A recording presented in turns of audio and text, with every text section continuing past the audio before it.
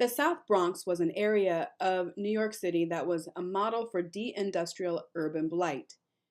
It was plagued by poverty, unemployment, and underemployment, limited affordable and substandard housing, declining social services, and an increase in violent crime. South Bronx, the South Bronx, South Bronx, the South Bronx, South Bronx, the South Bronx, South Bronx, the South Bronx.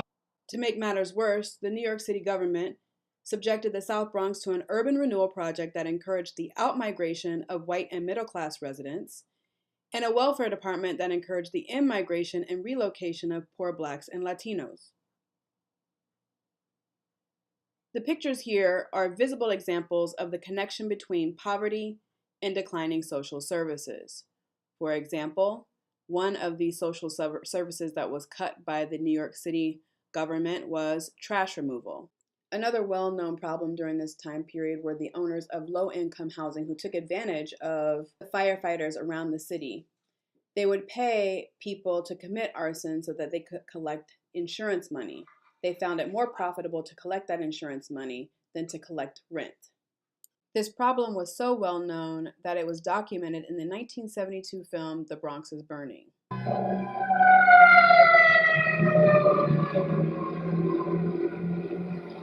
Sometimes parts of New York look more like a B-feature film set than somewhere for people to live, like the South Bronx, a backdrop to incessant drama for the firemen of Ladder 31 and Engine 82.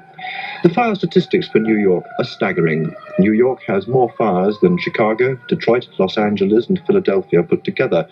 The New York Fire Department responds to nearly 250,000 calls a year, 3 times as many as the London Fire Brigade. And the busiest district is the South Bronx, where last year the men from Battalion 27 responded to more than 10,000 calls. On average, that's one every 45 minutes, night and day, every day of the year. Few would challenge their claim to be the busiest fire station in the world. Most of the fires they fight are in abandoned buildings. Many of them are started deliberately. All are dangerous. Public schools also received cuts in funding.